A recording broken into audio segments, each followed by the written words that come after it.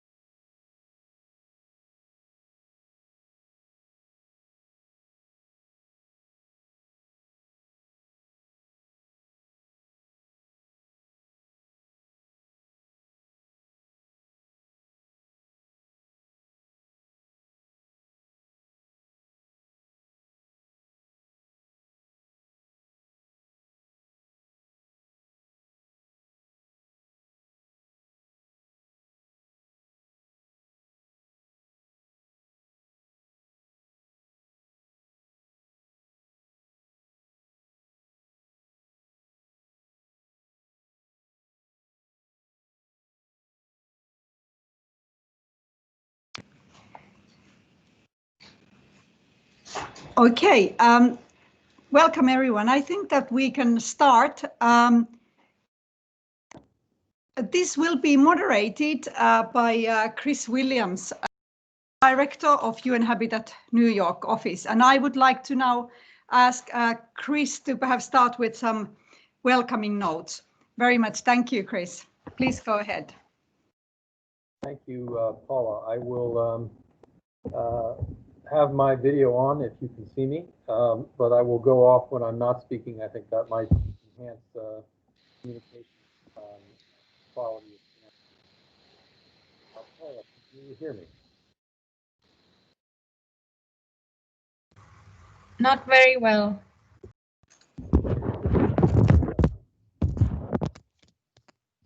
Yes, it's slightly on a low side, so perhaps you can try improve the quality.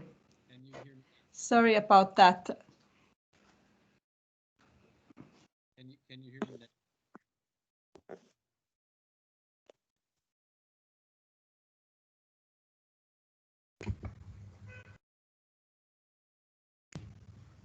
No, Chris, that was very faint. Could you try again?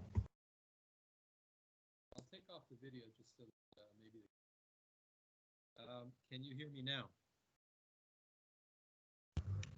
Yes, it's a bit better. How's that? Is that better? It's just very faint. So I don't know if the microphone from your phone. Yeah, could you try again? Yeah, can you hear me now? No, you were fine when you tested. So whatever change you made since then doesn't seem to have worked. Okay, how's that? Can you hear me now?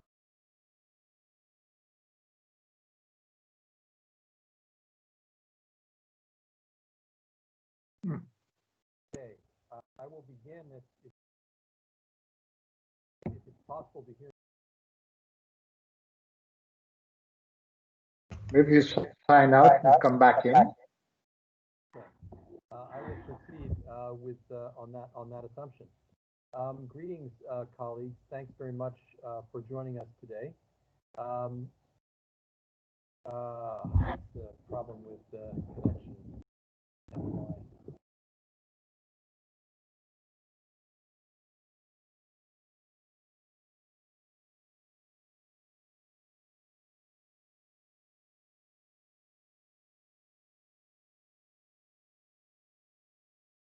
Okay. Can you hear me now, Paula? Yes, All right. now it's better. To direct my voice in the right way. Once again, colleagues, this is Chris Williams, the director of the New York office for UN Habitat. It is a pleasure to have all of you here today. We will be organizing this webinar as part of 4 separate webinars. This is the third in the 4. This is an effort of UN Habitat to take stock of COVID-19 and look at implications for the organization. We have done this in the last 6 months in order to, in consultation with a wide range of colleagues and institutions, many people that we've been working with as part of our contribution to the response to COVID, as both the health, humanitarian, and as well socio-economic response. We've also done this from the perspective of being quite passionate about urban issues and trying to think through the implications of COVID for cities and urbanization processes more generally. So we came up a couple of months ago with the idea of developing a publication on cities and pandemics that would have 4 work streams. The first of these will be looking at the question of governance and the role of the state, how central and local governments are dealing with the pandemic, both in the response for health and the health directives and compliance, as well as socioeconomic responses. Secondly, we have looked at the question of inequality, which we will be covering today, looking at the implications for poverty and inequality with the pandemic. Third, we've looked at the urban morphology or urban form, the shape of cities, questions of density and overcrowdedness, public space, how best cities should be planned and designed for the purposes of mitigating pandemics and addressing issues of public health to ensure positive health outcomes. And the fourth subject that we have focused on in this publication is the issue of urban economy and finance. We are bracing for the situation in which many cities around the world will be facing huge budget deficits and will not necessarily receive adequate fiscal transfers from central governments or be able to resume tax collection revenues. Then that will have significant implications on the ability of local governments to provide basic services. So these are the 4 areas that we're pursuing in this publication, and I want to emphasize that it's not really a publication as such. We feel that we have to, as an organization, take stock of what we learn from this findings of this publication and research and data and consultation with other colleagues in order to revise our policy support that we provide, integrated policy support to governments, as well as our ability to improve our programming as an organization and the support that we provide to cities and local governments, as well as to central governments. So as an organization, we have our own internal reflections that are necessary. And as such, we feel it's important to go through this critical reflection of what COVID has meant to our basic operating assumptions.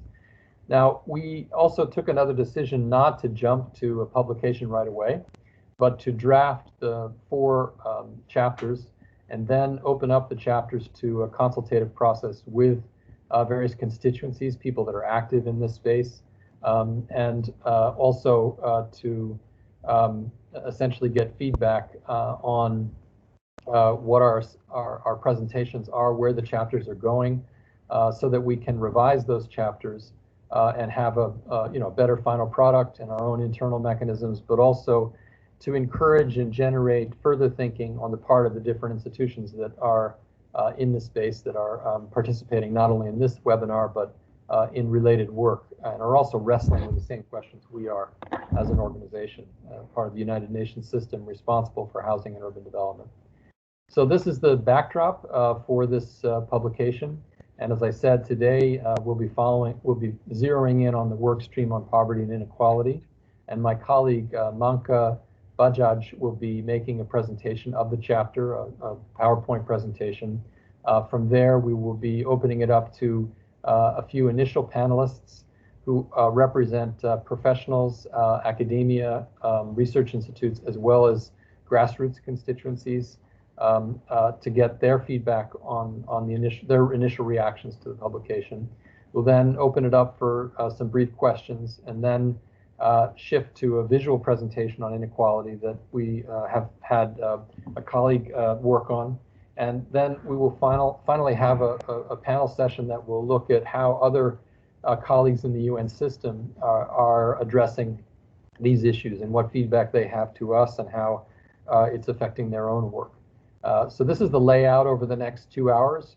I'll keep my comments brief so that we can open it up to both Manka's presentation, my colleague from UN Habitat based in Nairobi, who has been spearheading the drafting of this chapter, and then move to the panelists. So if I can, Manka, over to you. Thank you. Okay, thank you, Chris. So I'm going to share my screen. Is there an echo? You're a bit faint also. Okay, I will speak louder. Although there is an echo, which, okay, so it should be sharing. Not too tough. The echo. All right, I think in a minute the screen should be on. So maybe I could get a sign if once the screen is visible. I can see it. Thank you. Okay, perfect. Okay, so this chapter has been organized into 3 parts. The first part was the diagnostics and the main findings of the impact of COVID. And then the second part, we did an analysis of how cities and governments have been responding to COVID. And then in the last part, we make our recommendations both for cities, UN Habitat support to cities. So I'll start with the first part, and I guess it's important to lay out the framework in which we're looking at pandemics, because pandemics, they're not just a health crisis, they are a full-blown socio-economic crisis. During Ebola, more people died from the interruption of social services and the economic breakdown than they did from the virus itself. And this does seem, and now when we combine pandemics happening in the 21st century, when the world is so connected, we are going to see lockdowns. I mean, this has been an unprecedented situation, but the precedent has been set, which vastly reduces mobility, with the mobility restrictions, limits people from going to work.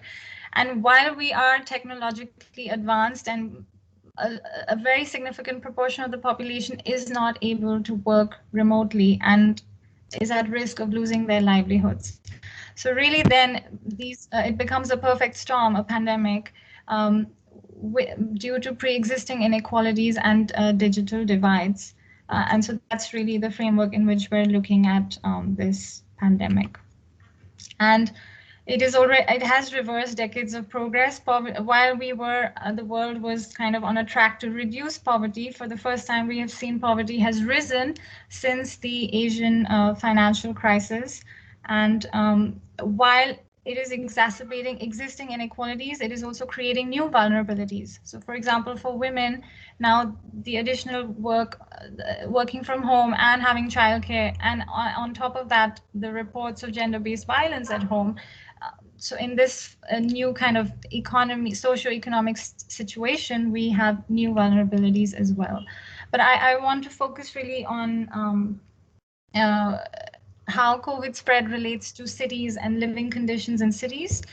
And so we did this very interesting data from New York, because it's available at neighborhood level, is showing that 71% of the deaths related from COVID were recorded in the poorest neighborhoods, compared to only 6% of COVID-related deaths in the wealthiest neighborhoods. So this, very clearly establishes that not only does income matter, but so does location. And then along with that, group-based identities and where one fits in the social stratification is also important. So for instance, the fatality rate from COVID is 2 times higher in minority neighborhoods as recorded in New York. Then we also, here we've looked at specific city cases. So in the case of Mumbai, one can say that some of the neighborhoods with higher proportion of slum have also higher COVID cases and higher fatality rate. Of course, there are other factors at play, but the fact that often in slums there's not enough water to follow the basic hygiene measures of hand washing, etc., does certainly put them at risk. Then we also see this case in Singapore, where 94% of the cases have been in migrant dormitories and detention centers, where about 5 to 10 inhabitants are residing per room. Although in the case of Singapore, their living conditions tend comparatively to other cities are much better. However, the point here is that the way UN Habitat defines overcrowding is over 3 people per room, and it's a larger question of how cities distribute space. Yeah, so really the takeaway is that inadequate living conditions is a key driver for COVID spread, and if cities want to improve their resilience to future shocks and pandemics, then the very basics of having adequate water and sufficient living spaces are important factors. Moving on then to our analysis of how governments have been responding to COVID. What we did in the chapter is divided it. So we looked at the infrastructure related solutions. So installing, for instance, hand washing stations in slums, providing shelters to homeless populations by repurposing buildings and urban spaces, etc. And then the second set of measures was around social protection and how, you know, cities have been stepping in to support people who are losing their incomes with shopping vouchers, food support, etc. So the paper would give you a very detailed understanding of what are these measures. We also then analyzed if there were certain predictors in the way cities are responding. So maybe I just make 2 points for this slide. That one, housing has been very much at the center of cities' COVID responses across the GDP spectrum. So national governments, for example, in Italy are declaring moratoriums on evictions. And then the other interesting thing that stands out is that the group of cities, which is in the higher income bracket, is already thinking about longer term responses. And we documented that over 1/3 of the sample is taking long-term responses to COVID. So in terms of the lessons learned, first, I think on a very positive note, we have seen that governments can and are assuming a greater role in their social protection functions.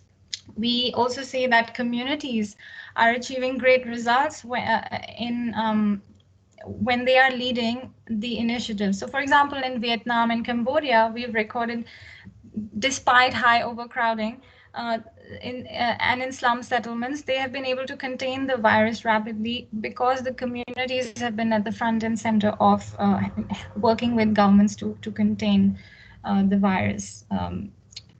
And the other, very optimistic kind of message that has come out is that overnight, we can find long-standing issues of human rights. So people haven't had water to drink in slums, but overnight we are able to bring water for hand washing. So these solutions exist. And moreover, there has also been a new spirit of social solidarity where communities are coming in to stepping in to help each other, setting new templates of collective action. This example on the right is just one example of this website that is mobilizing funding in a peer-to-peer model for families in Africa and the US who are losing income and are unable to pay their rent. However, the problem here is that many of these measures are not sustainable. So it's somehow, for example, the moratorium on eviction, it's an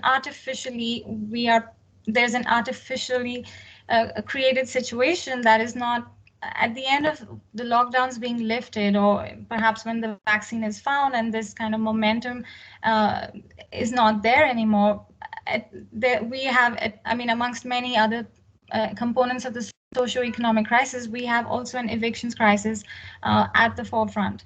And just in the US alone, 40 million people are at risk of evictions. This is from data from earlier in the year, and yeah.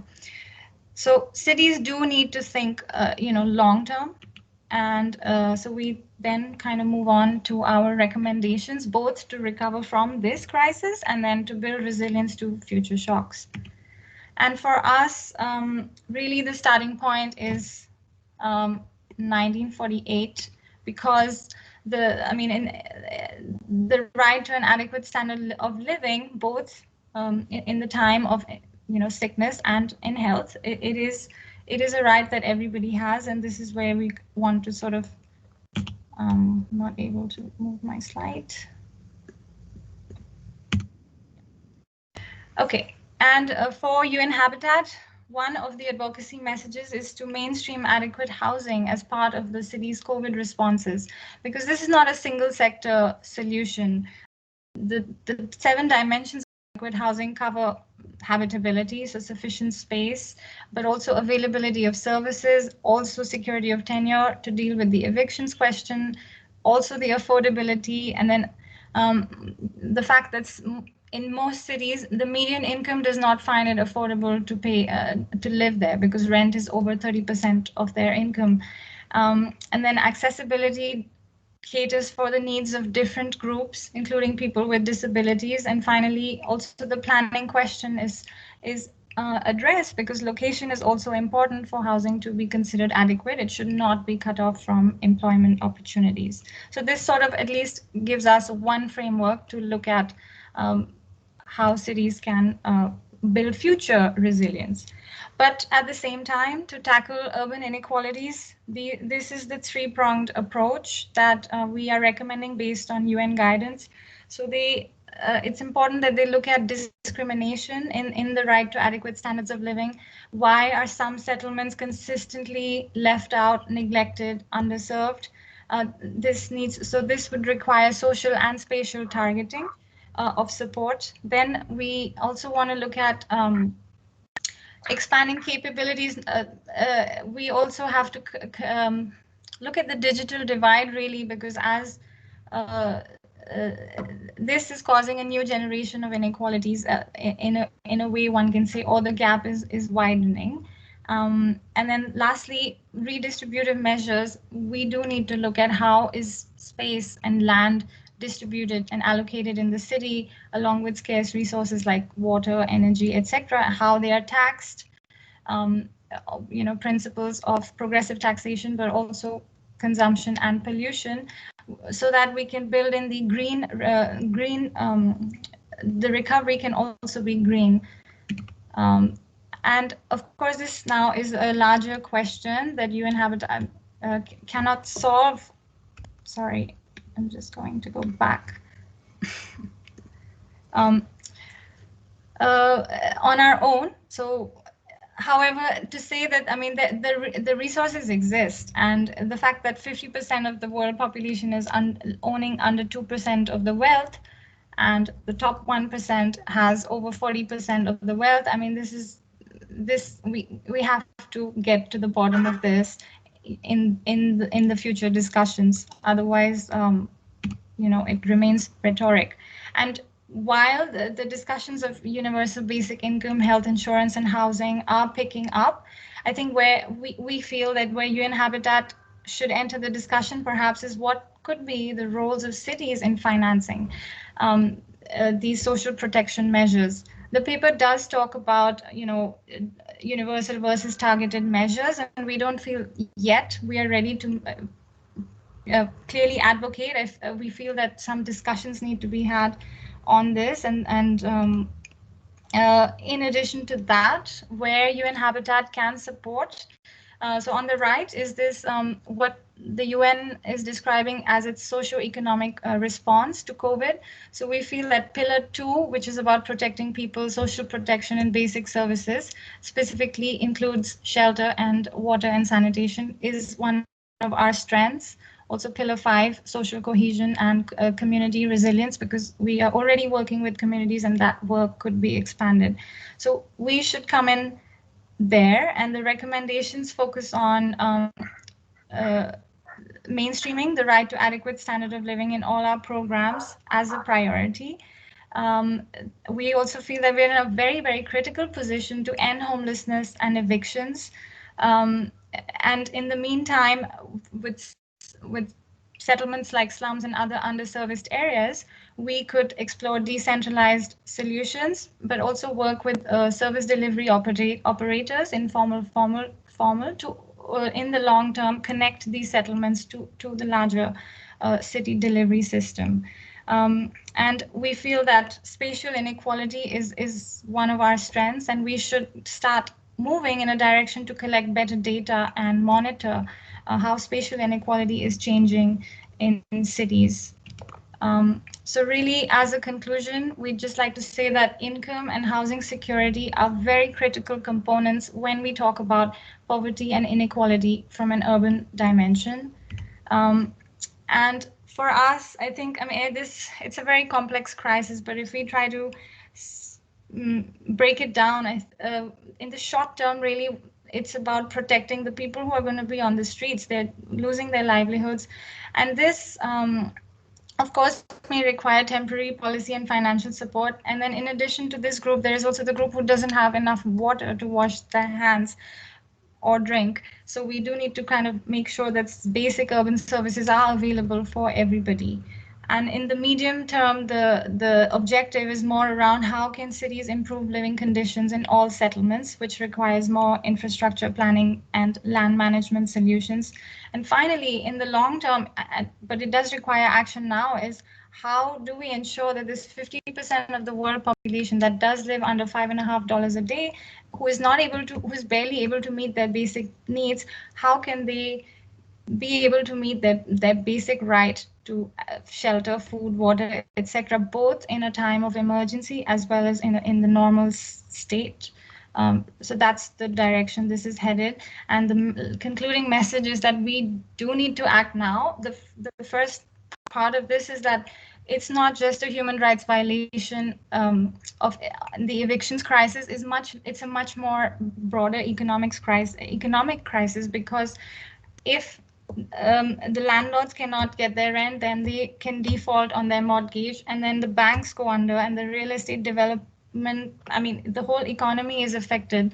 So so for UN Habitat, it's quite important, even in the next 6 to 12 months, to use its convening power and bring these different stakeholders from private sector as well as government together to find an interim solution for this situation that our studies are showing is at the brink. And then from a long-term perspective as well, given that climate change, all of this is going to compound. And I just put that book, maybe some of you have read, which already paints a very dark picture of how inequalities are already getting worse because of automation and how they lose their these really need to act now, prepare for the future pandemics and shocks compounded together. So I will leave it there, and I would really like to thank my team, specifically the people mentioned here, as well as all those who have been giving us feedback informally and formally. So thank you very much.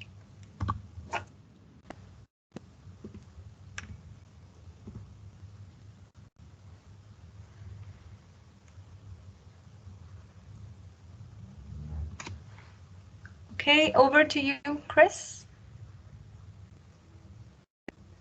Yeah, can you hear me now, Anka? No. Very faintly. Hear me now. Hear me now. Getting better. Okay. I am will now shift to a series of panel Yes, presentations. you're fine now. Good. We will turn to a series of panel presentations. We have 5 speakers, and I will list them in order of their appearance. The first is Carl Gerson, from a senior researcher, Evictions Lab of Princeton University. The second is Leilani Farah, if she can join us, the former UN Special Rapporteur on Adequate Housing. Parata, Senior Fellow, Center for Policy Research in India. Isaac Muasa, the coordinator of the Mathare One-Stop Youth Centre in Nairobi. And Sri Sofjan, the advisory group on gender issues and the Huairou Commission. So I'd like to first turn it over to Carl. If you are on, we'd like to hear from you first. We'd like to be about 5 minutes in presentations and reactions to Manka's presentation and the draft chapter. Over to you, Carl. Thank you. Thank you, Chris. Everyone hear me okay? Very well, thank you. Yeah, it's great connection. All right. Yeah, so thank you for inviting me to this webinar. It's a real pleasure to be able to comment on this very comprehensive take on how inequality and poverty have shaped COVID responses across the globe. And let me preface this by emphasizing that my experience personally and professionally squares on the global north. It's with like a lot of humility that I consider how poorly my home country has dealt with this pandemic, while other communities are dealing with much starker material deprivations. So please understand my comments as coming from someone most versed in the problems of communities like my own. So the first question raised by this paper is, what are the relations between COVID-19 impact and vulnerabilities and existing inequalities in cities? Importantly, the authors of this paper show that the most unequal communities have experienced the worst COVID impacts. I think in a surprising sense, this demonstrates how the pandemic has actually taught us little new about the inequalities in our social systems. Instead, I think it's better in some ways to think of the pandemic as acting to exaggerate inequities that previously it was too easy for elites to ignore. In fact, it's become something of a joke in the US that pundits and politicians throughout 2020 are over-relying on the phrase, now more than ever, we need exactly the kind of political reforms I've been calling for the last 30 years. One thing I encourage the authors to reflect more is, why have the impacts of COVID been so familiar to so many of us? And this makes me question, in what sense is material inequality itself a causal factor in variation in COVID responses? After all, the US is doing much worse than many countries with much lower incomes. So instead, I suspect that COVID responses and material inequalities are both symptoms of the same underlying cause. That is, these relationships exist because the same social and political systems that generate income inequality have also generated pandemic responses that are abysmally insensitive to the needs of the majority of the poor and working class. Again, I think it's no coincidence that economic and political systems that generate severe inequalities are very often the same systems that are skeptical of an active government, enforcing public regulations, and delivering public services. The second question this paper addresses is, what is the role of the global housing crisis and the impacts of COVID-19 and our understanding of poverty and inequality in cities? And I think that the authors do a really excellent job demonstrating why the right to a home is fundamental to public health. And I'll say this is one place where the pandemic has left me with some optimism. Working as I do in a center called the Eviction Lab, I can tell you that the pandemic has vastly increased public interest in our work. More citizens and policymakers than ever before realize how inhumane unrestricted evictions can be. At the same time, the pandemic has just exaggerated trends that we as housing researchers already knew about. Nonetheless, the severity of the situation has led to unprecedented actions like the eviction moratoriums here in the US and elsewhere across the globe. We never expected that we would witness something like eviction moratoriums in a political culture as protective of private interests as the United States. So if I can highlight some work done by my colleague Emily Benfer, who analyzed the effect of eviction moratoriums in 43 states, she found that states that let their moratoriums expire had twice as many infections and a 5-time higher fatality rate than comparable states. And in the US, this amounted to over 433,000 excess COVID cases and 11,000 excess deaths in the US due to letting these moratoriums expire. So these moratoriums have worked, but of course they can't last forever, which brings us to the final question that the authors address. How can we use this window of opportunity to bring transformative change in cities? And here, let me say, I live in Philadelphia. It's the poorest large city in the United States. We have a lot of homeless people here, but we also have a lot of vacant housing. And this summer, a group of homeless citizens occupied a central park until the city government agreed to let those citizens take possession of a lot of this vacant housing. Now, it was a huge victory for these citizens, only a small victory in my city's fight against homelessness. But still, it's really shifted what housing activists in Philadelphia now view as possible. And, speaking for myself, I had read about movements like the landless workers movement in Brazil, but, never in 100 years did I think I would see anything like that happen in the United States. So I think that this crisis really has forced elites and many other comfortable citizens to understand that when advocates like the authors call an adequate home a basic human right, they mean it in a really fundamental sense. And like any basic right, the state has a duty to provide it for all of their citizens. I think that the authors, in talking about responses to the crisis, they do a really good job in showing that this crisis demanded urgent action. And now that the public has seen the governments are capable of urgent action, it's harder for citizens to believe in myths about austerity or the desirability of a weak state.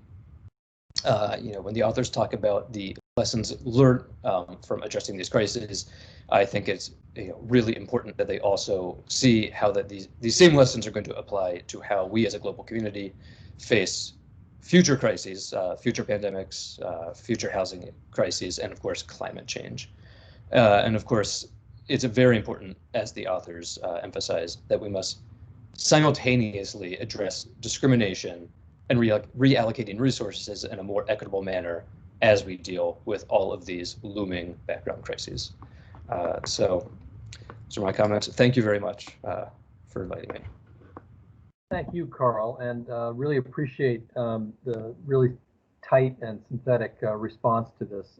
Very helpful, and it's good to hear that at this moment the crisis has created space for organized action that was unthinkable before the crisis, and you're really putting your finger on what is it that we can do to sustain that momentum, and I think Manka put her emphasized that. Please do extend our greetings to Matthew, and look forward to doing more collaboration with Princeton's Eviction Lab. I'd like to shift now to Leilani. I'm hoping that she is connected and online, a big fan of ours, and we have a lot of time for Leilani and her former work as the Special Rapporteur for Adequate Housing with the United Nations, and now is continuing the good fight in Canada, and would like to hear more about what she's up to. Leilani, please, over to you.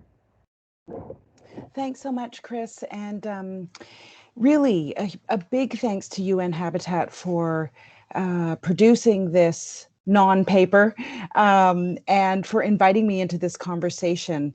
I really appreciate your efforts and the process that you're going through to move forward on these issues. My comments completely dovetail with Carl's, and Carl, it's really nice to meet you online and virtually, etc. Obviously, we should be in closer contact, but because our work is so similar. I started an initiative called The Shift, which is a global movement to secure the right to housing, and it certainly comes out of my work as UN rapporteur for 6 years. I'm going to be very quick and dirty because I actually have another meeting that started 9 minutes ago that I committed to prior to this, and so I really need to get there. So I'm going to dive right in. So my apologies. I want to go right to sort of the conclusions that you've reached and kind of the way forward for UN Habitat. I really applaud where you're landing on all of this, particularly, of course, from my perspective, embracing a human rights framework and approach on a go forward, I think is the only way we're going to get out of the mess that we find ourselves in. Carl laid out, and the previous speaker laid out as well through the report, that the pandemic only exposed the pre-existing housing crisis, whether it's global homelessness, whether it's global evictions or global forced evictions, grossly inadequate housing, or other factors. All of that predates the pandemic, and the pandemic has exposed it. And my sense is that the human rights framework is going to be necessary to get us out of it. And I say that not just because I'm a human rights lawyer and a longtime advocate and have some interest in this, some stake in this. I say it because what a lot of people don't realize is that a human rights framework has attached to it very particular standards that can help us move forward and away from things like homelessness, evictions into homelessness, forced evictions, and grossly inadequate housing. Excuse me. Sorry. The one thing I want to raise as an alarm bell is I really like this idea of redistribution that was mentioned in the report. But let's be very clear about how that manifests in the area of housing. The financialization of housing is both a consequence of inequality, but it's also what's driving a lot of inequality. And by financialization of housing, I'm referring to the really big financial actors, institutional financial actors that have invaded the housing sector everywhere. This is the global north and global south, and it manifests slightly differently. The invasion is slightly differently depending on the country context, but the effect is the same, which is using real estate in a manner that grows inequality. And I fear that this is a beast that is difficult to tackle, especially as we mentioned, cities are going to be broke or already broke as a result of this pandemic. And so they'll be looking for resources, and private equity is often right there with huge resources. They've already started to buy up distressed assets, and not even distressed assets, just assets that they can get for sort of cheap during this pandemic. And so that's an area that I think really needs some attention. So I'm actually just going to end my comments there. I know this is a very abridged version of what I wanted to say, but I do want to extend to UN Habitat a real commitment on my part and on the part of the Shift to continue working with you. I really love the idea of ending homelessness. The Shift is, in fact, launching a big initiative on Thursday, December the 10th. About global homelessness. So look for it, and I'll definitely email you with the details around that. But I would really love to remain in conversation, because I actually think the housing issues are kind of the issues facing so many communities right now. So thanks a lot. I'm also going to pop something into the chat that's just been released today. It's model right to housing legislation for the pandemic period, something for everyone just to chew on. And again, my apologies for such abridged and sort of disconnected comments, but I wanted to make sure to say a few key things. Thanks again for inviting me. Thank you very much, Leilani, and apologies for the clash in scheduling. But just to say, while you're still on the line, we very much look forward to working with you, and we hope that a number of the institutions that are on this call can also continue to work with you and us. Not just the Evictions Lab, but as we're hearing, the Center for Policy Research in India, the Huairou Commission, as well as grassroots youth organizations in East Africa. So the conversation continues. As I said, this is not just a publication, it's an effort to try to reconnect on at this moment with a reflection on COVID, where things are, and how to leverage this moment to be more effective in terms of bringing about structural changes.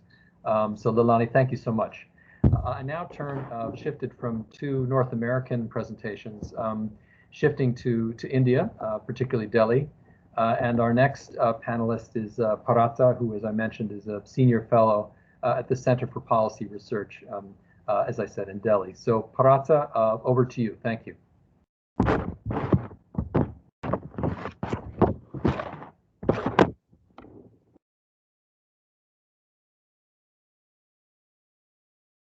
I think you're still on mute, Parata.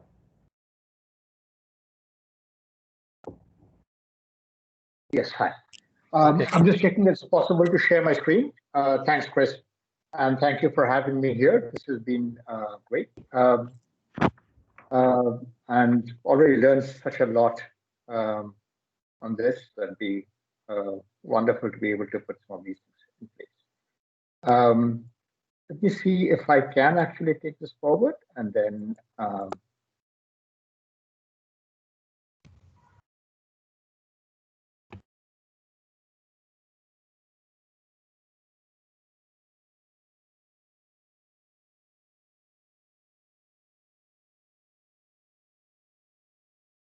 there seems to be a glitch here, so let me just stop. Not able to see it yet, Parata, but give it a second. Maybe you can get it up. Sharing could be. Sure.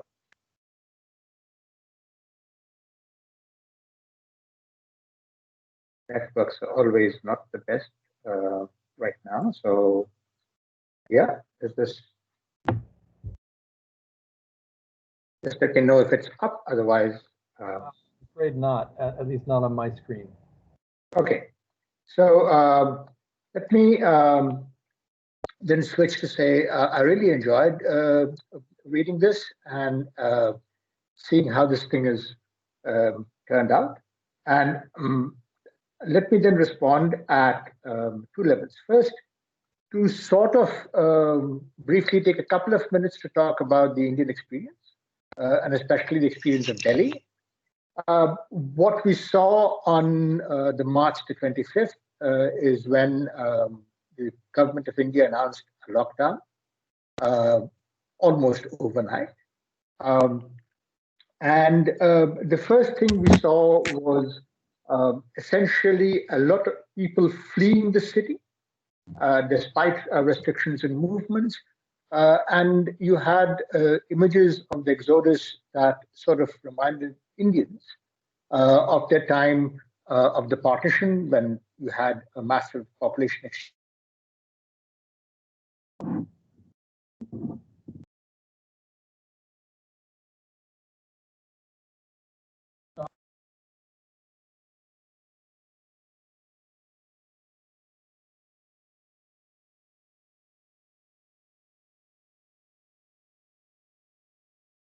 Sorry, Partha, we've lost you.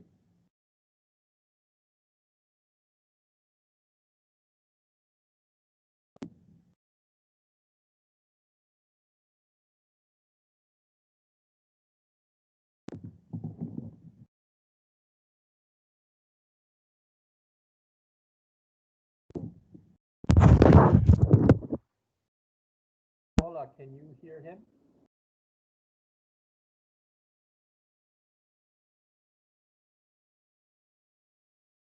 No, I also cannot hear.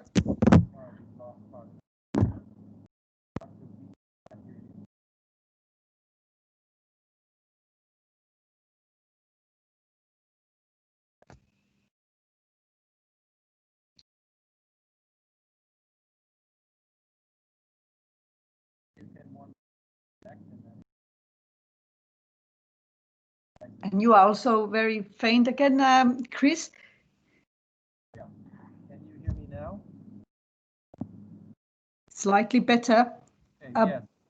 I think we'll give him one more minute, and then if he can't connect, we'll switch to the next speaker and bring him in at the end when he's able to reconnect. Exactly.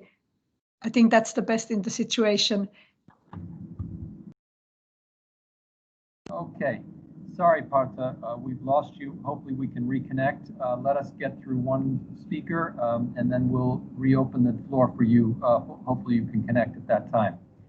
So I would now turn to Isaac Musa. I'm not sure if you are Muasa, if you're online, if you can connect at this time. Isaac, over to you. Karibu sana.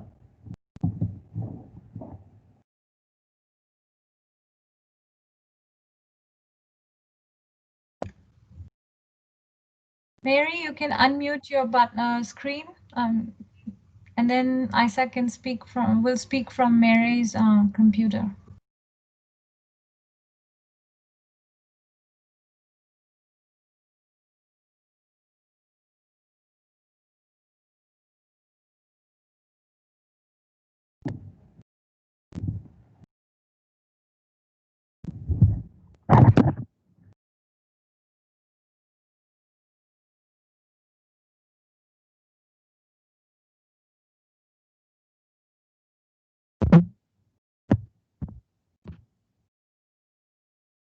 Okay, the colleagues are asking, I cannot unmute you, but maybe the host can unmute Mary Huairou.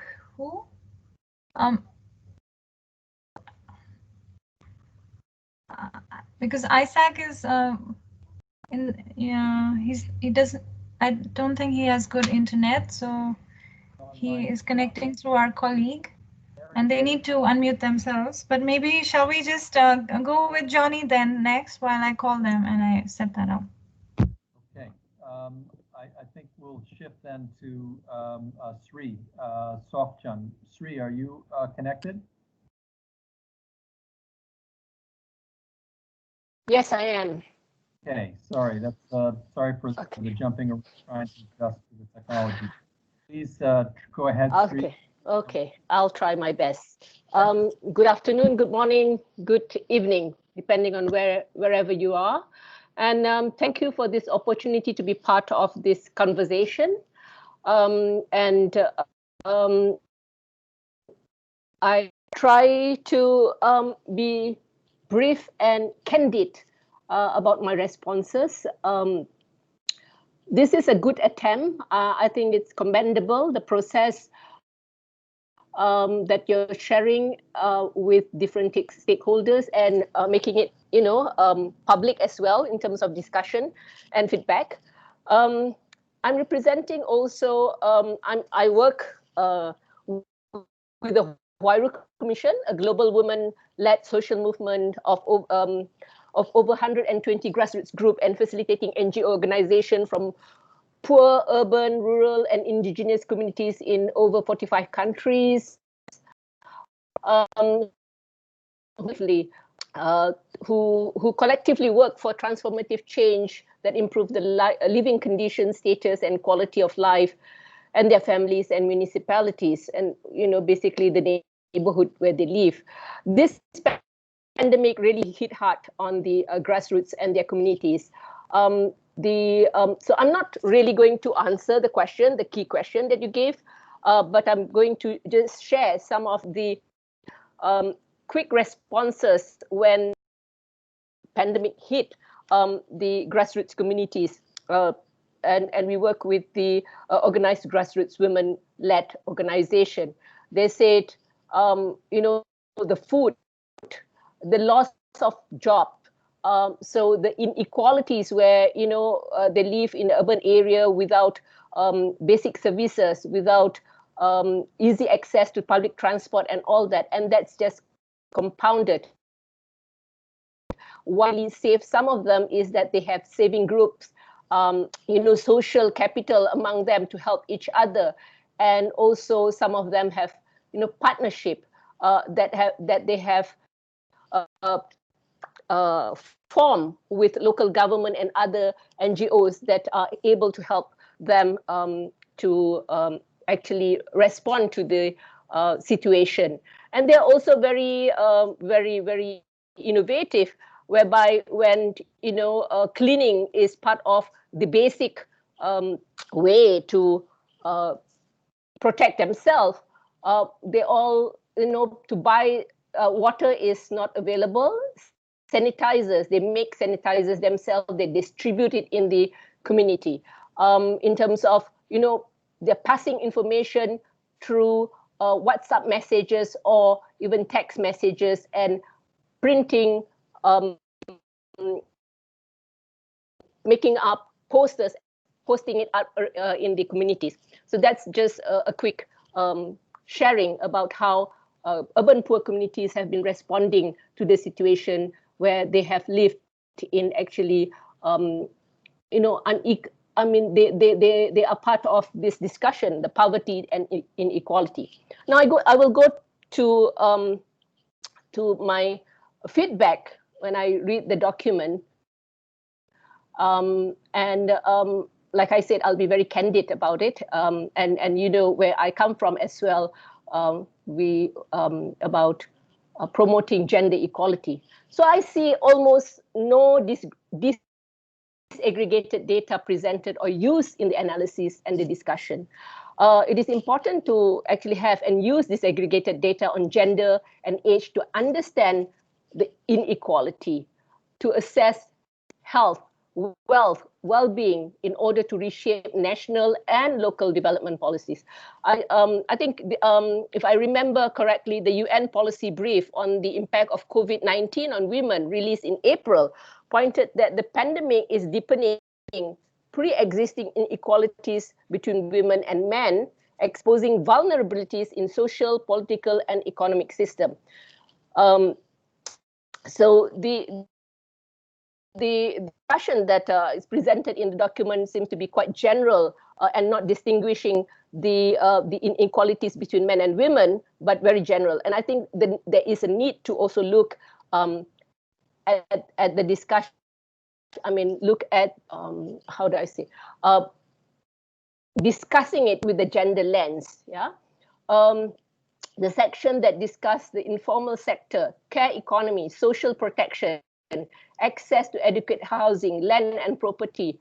These issues need disaggregated data, and that actually will help to come up with better policies and actually an opportunity to transform how government, how policymakers develop and work on their policies. Yeah, analysis and argument in the, like I said, you know, the analysis and argument in the document do not really use gender lens, and I think this is quite problematic if we are aiming for inclusiveness, shared prosperity, and one of the outcomes, I mean, and the outcome of this report is UN Habitat to produce guidance for the role of government in tackling the specific issues of urban equality. So if you don't use that, if you don't come forward with that, I think then there will be no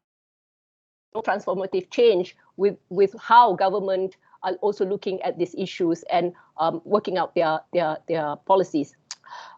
Discussion on inequalities. Yeah, okay. The discussion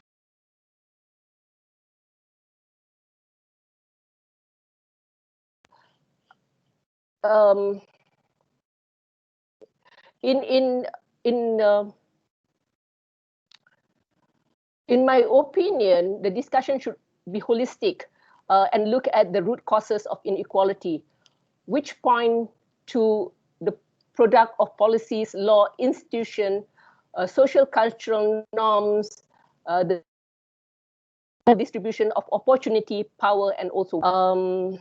And then I also noted that, you know, there is this the section on access to technology, section 2.2.4 is still under construction. So we are mindful, I think Carl also mentioned it, that the pandemic, with the pandemic, digital technology has been a key tool and platform for making sure of, can you hear me? Yes, we can hear you. Okay. So I was saying that, you know, the digital economy has been a key tool and platform. So making sure of its availability, affordability, and accessibility is important, especially to those who live in urban poor and marginalized areas. Because from the experience that we're trying to work with our grassroots leaders using to communicate with each other, we find that even when they can afford to pay for the accessibility, the connection is not there because their area is not covered by those accessibility in terms of data, and the bandwidth is not enough. Yeah,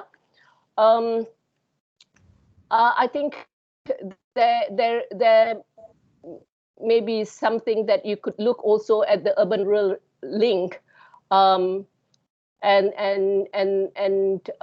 how it is connecting or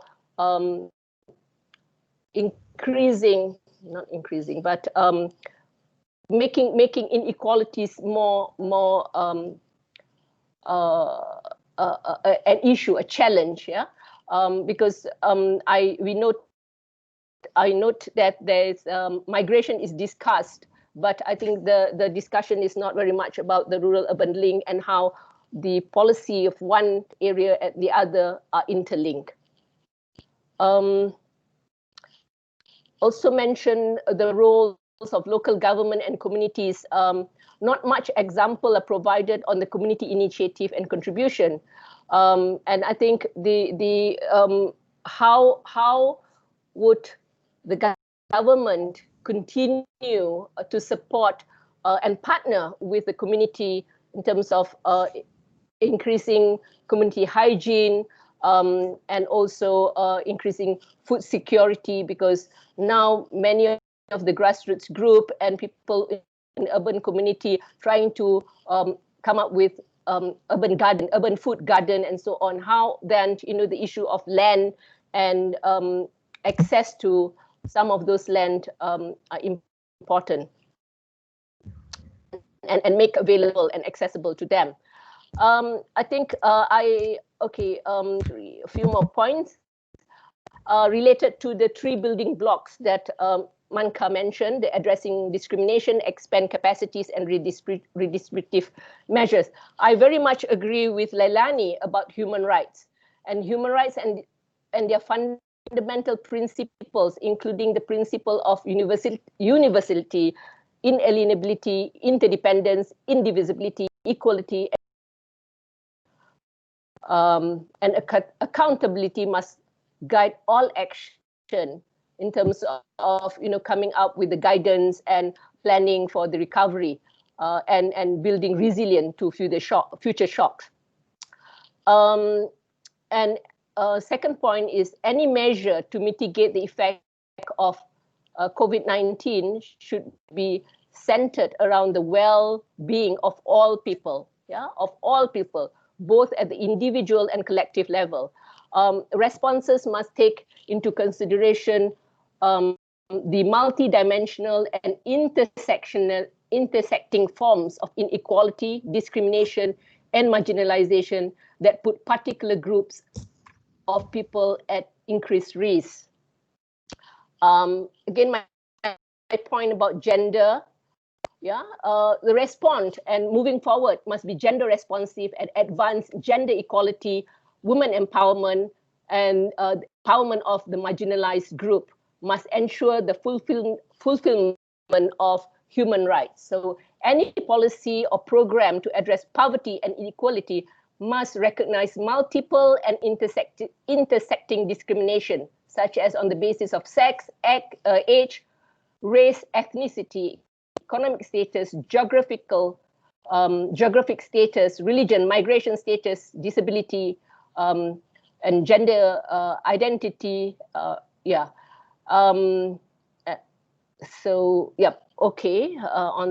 that one. And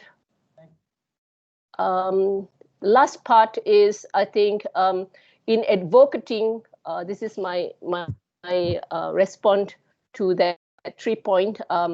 In advocating for cities to have new social contract, we must emphasize that government serves the will of the people, and that enabling participatory democracy, upholding the principle of good governance, such as accountability, transparency, rule of law, responsiveness, efficiency, effectiveness, that there are avenues where people with least power can hold the powerful accountable. So this must be discussed. I think this may be, you are going to, your colleague are going to discuss this in the next chapter about, policy, legal, and governance. That I think the webinar is tomorrow. Last word, I think I would urge that, UN Habitat reach out beyond the agency's comfort zone in working with communities with solution. There are many regional, national, and global organizations that have wider reach out to organize community groups and grassroots group. So, open up, partner with them, because not all of them want your agency's limited resources, but we are working together to complement each other and to move forward in terms of addressing poverty and equality. Thank you very much for this opportunity. Thank you very much. Your comments very helpful in terms of aggregated data, the need more than just the example on Vietnam. Look at what kind of community actions are co-led and co-managed by local governments, human rights focus and intersectionality, and of course, as we will discuss more tomorrow on the social contract and governance issues, but more that UN Habitat should be working more systematically with grassroots and urban social movements. So thank you for those comments, much appreciated. I think we have been able to make contact with Isaac Muasa. So Mary, as an intermediary, if you can facilitate with that, over to you.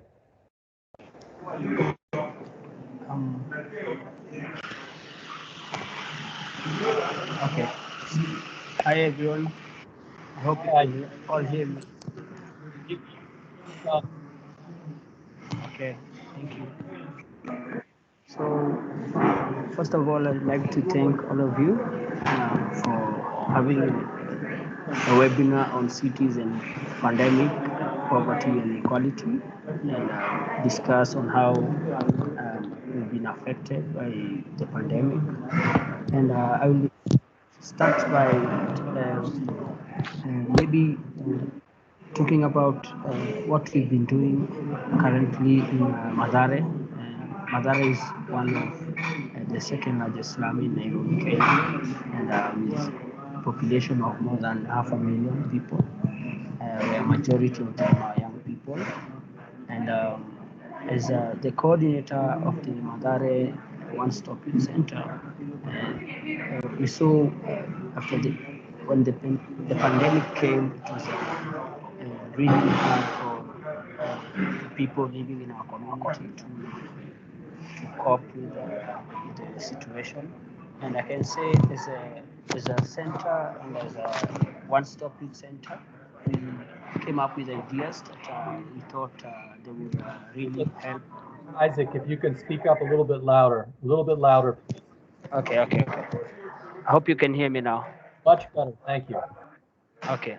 So as the Mathare One-Stop Youth Centre, we came up with ways on how to fight the situation, and we came up with the idea of having hand washing stations that we were helped to set them up by UN Habitat and the Norwegian Embassy and also the Canadian Embassy, who supported us in putting up hand washing stations. So we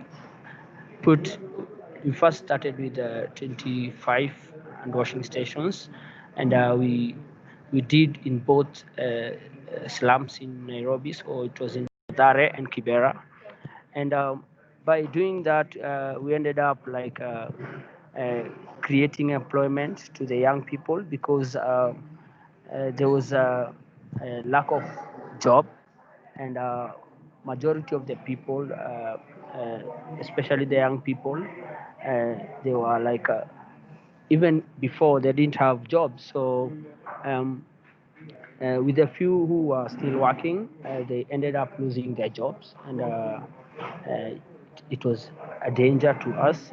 Like in the slum, when you find majority of the young people are unemployed, and the situation becomes even worse. So the crime rate goes up, and you find that it's a big problem to us. So we came up with the idea of hand washing stations. So that really helped because up to date we've done more than 2 million hand washes, and that has really helped fight the pandemic. And by also doing that, we ended up creating jobs because the people who are like manning the hand washing stations, we ended up creating jobs through the support that we got through UN Habitat and other partners. And we also came up with other ideas because there was a challenge of lack of information. So a lot of people in the community, they were not informed on how to tackle COVID. So we also came up with other ideas. So we came up with the idea of like putting up murals. So we partnered with other organizations in like community-based organization in our community, and we try to put things together. So for them, they were able to provide information through putting up murals like on the walls. So like when people come out from their houses, they can just get the information on how to tackle COVID, and like how to like just cope with it.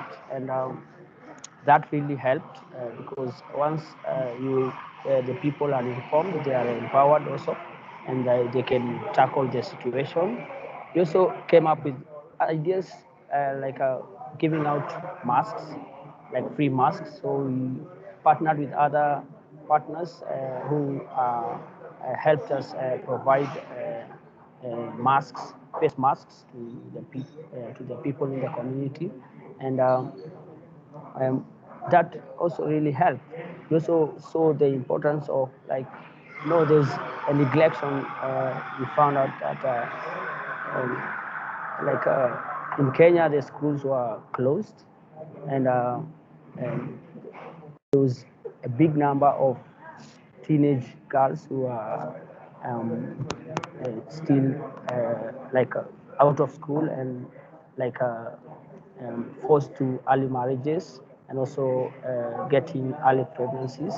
So we came up with also the idea of like gender-based violence, where we would like talk to the women, talk to the ladies, and try to see how we can help in that situation, because it like the challenge came also to like the pandemic. So was a big challenge because a big number of young teenagers are getting pregnant, and most of them, they were getting early marriages. So that really supported the girl child, I can say, and we're really grateful, especially to UN Habitat, who like really supported us in like making sure that our ideas are heard, and like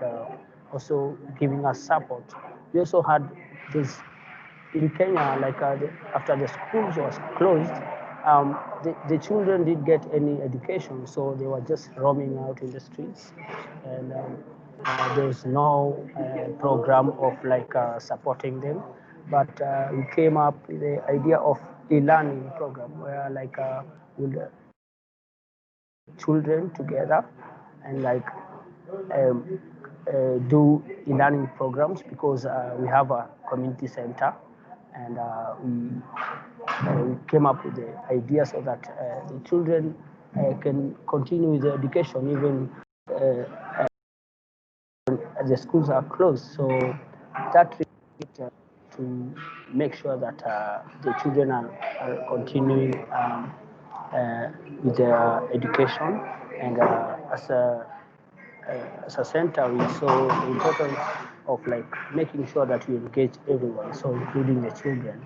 And I can say we really thank the people who have been behind to support us and trying to make sure that the ideas that are coming out from uh, the young people and also the community members are supported, and that has really helped our community to fight COVID, and also make sure that we fight poverty by creating unemployment and creating employment amongst the young people, because it's a challenge. Like like the government uh, is not able to help support everyone, but through our ideas and through um, our our our concern on how to improve the situation currently on the ground and try to make sure that we empower them. So with that few remarks, I will lastly like to just say this that the young people need to be trusted. I believe that the young people, they have ideas on how to tackle some of the situations that are affecting the communities currently in the pandemic. And I believe that if we get more support from our partners and also more advice from even you guys, we can continue to fight the pandemic and make sure that we're making our communities better. Thank you. I appreciate you taking time and connecting with Mary. Very grateful for that. I'm hearing that what started out as a effort to try to provide water and sanitation options and hand washing quickly changed and became something that because you had it organized in 25 centers and then that grew both in Mathare and Kibera, you were able to connect that with job creation, with communications, getting people aware, helping people address coping mechanisms, help distributing free masks, addressing gender-based violence, and learning programs through the community centers. And then, of course, all of this was driven by young people, which is your central point, that they have to be part of any solution moving forward. So really thank you and Mary for taking time out and joining this seminar. Really appreciate it. I believe we have Partha back on from Delhi. So Isaac, I think we'll shift to Partha. Thanks so much. Please stick around if you can and be part of the conversation. Partha, over to you. Thank you. Can you hear me? Yes, very much so. Thank you. Wonderful. I will try once more to see if this works. Does this work now? Yes, it does. It's great. Wonderful. Thank you. My apologies for the previous glitch. As you can see, digital connections are rather unevenly distributed, even among the more resourced people within cities. I thoroughly enjoyed reading the paper, but I would also sort of echo the comments from the Huairou Commission, because I think there is a definite need for the segregated data, and that's something that perhaps be addressed in the future draft. Let me begin by these graphs that you see on your screen depict what happened essentially between the 19th of March to the 28th of March, with this sharp drop taking place roughly around the 21st down to the 25th thereon, when the government started to sort of hint that they were going to be locking down the country, and people started fleeing cities. And what you see, this is data from Facebook for Good, which sort of gives you a sense of people moving from place to place. And you saw this complete drop in the population in urban areas, and a rise in the population of rural areas. And the drop in the population of urban areas happened essentially, the bigger the city, the bigger the drop, which you can see on the right-hand side, where the top 8 cities essentially dropped by about 11%, and it sort of moved on across.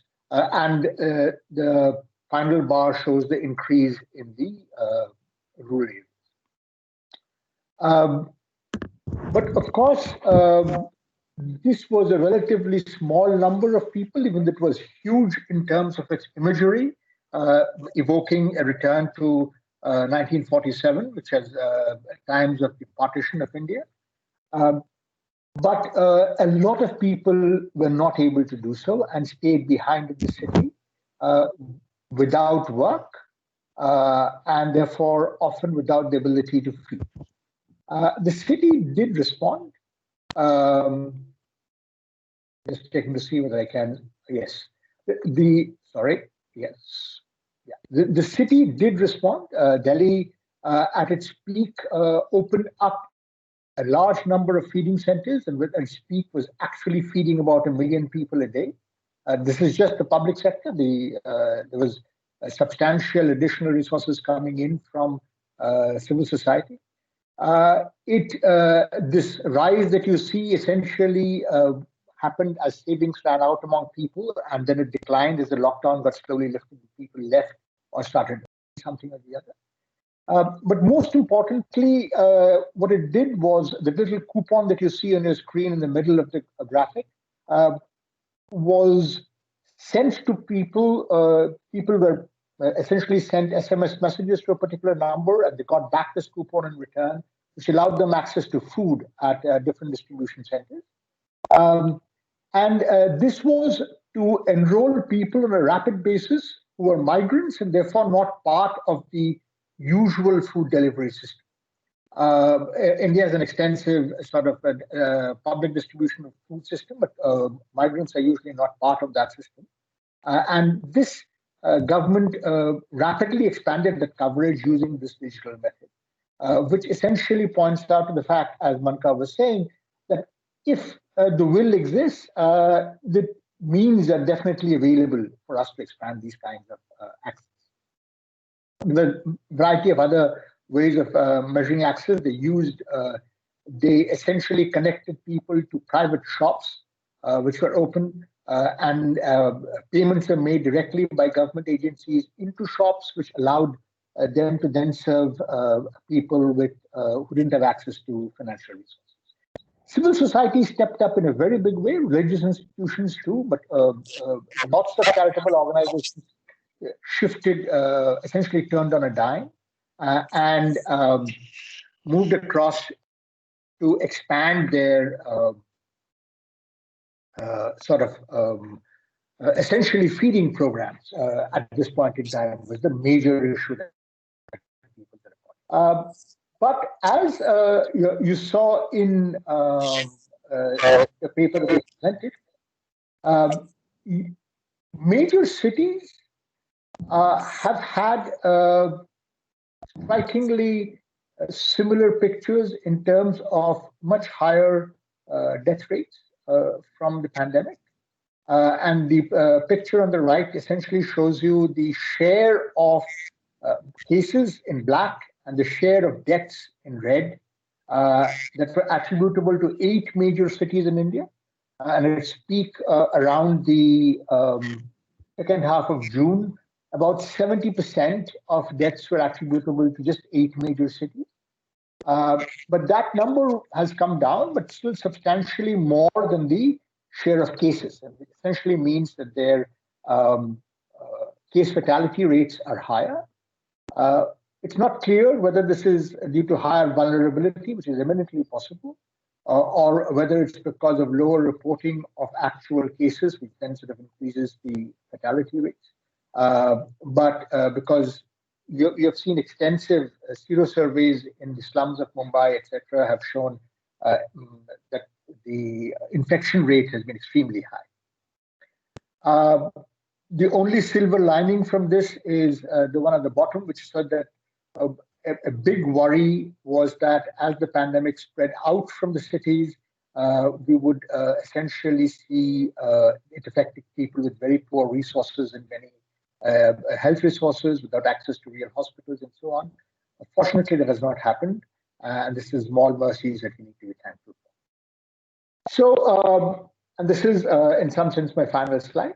What we need to do, I think, fundamentally based on what the paper was looking at, is first, how do we seize the initial success, which is it's been demonstrated that the state can actually be much more inclusive, should it choose to be so. But will this intent, which was demonstrated because of the starkness of the inequality that was revealed during the initial days following the lockdown and thereafter, will this intent remain once the starkness of the inequality has faded, and has already faded since? Delhi, for instance, a couple of months ago, started to essentially move into a court-ordered demolition drive for informal settlements along railway tracks, but fortunately there was still enough civil society capital that had been built up during the pandemic to sort of hopefully bring that back into a more reasonable track. We know from the pandemic that there have been eminent resources used for surveillance to track cases, to track areas, not just in places like Delhi, but across the country, even in smaller cities, Surat being a big example. But can you utilize the same kinds of technologies for delivery of service? That becomes the important question that I think we need to figure out.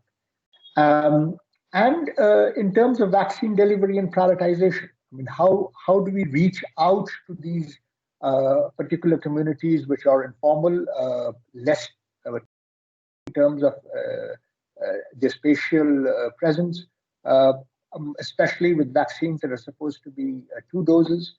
How do we ensure their delivery, and who do we prioritize? Do we prioritize the informal sector? Do we prioritize people like me who are able to stay in their houses and work from home? How does this structure actually work? I think that's going to be one of the key questions going forward. The other success that I think is the learning that decentralization, that local solutions, both community and local government, were much more effective than central or state kinds of solutions. I think that is a learning that we need to seize upon and argue for much more devolution of authority to local governments, governments that are closer to the people. And the second thing that we looked up is the supporting the recovery. In India, the government essentially decided to subsidize the provision of inclusion into social protection schemes, so that the initial payment for social protection schemes are being paid by the government for the next 2 years for all new hires that are taking place. And this is sort of leading to an expansion of the formal social protection network for informal workers who are being hired back, may be included into these kinds of structures because the cost of including them has dropped down. We need to think extensively about the expansion of public transport, and that's an area which I think would require a lot of action because of the worries about public transport, and yet the more constricted public transported, the greater is this problem of congestion and structures. On education, we have seen very innovative use of phone devices, both by civil society schools as well as by government schools. And we are now beginning to see expansion of access through governments which are announcing that they will be providing digital devices to people who do not have them, which is again something that was not quite thinkable earlier on. And I think that's an important part of the story that we sort of work on. And then we have the issue about the tolerance for messiness. I mean, for example, I spent a lot of the lockdown in Kolkata, And Kolkata still has a system of mobile hand carts, which essentially come down with vegetables and other fresh produce into formal neighborhoods. And they not only provide doorstep service, which was very much needed during the lockdown, they provide livelihoods, so they are good for health and good for livelihoods. But often these kinds of initiatives are seen as messy and therefore not sort of consistent with the modern city. And then for once this kind of tolerance that is brought out of this particular moment weakens, these kinds of initiatives are often police action is taken to reduce them, restrict them from moving, etc. And that kind of structure is again something that we need to sort of re-examine the benefits of these kinds of structures provide. But one of the key issues is the slide into poverty, and housing has been a big issue going forward. The difference in India, I think that yes, there will be people who will be not coming back into the city. We had about, even according to official estimates, about 10 million people who left the city and went back to the villages over the course of the first quarter. Over the course of April to June, thereabouts. And a lot of them will not return unless they're able to survive in the city. And that obviously is going to be a big loss for their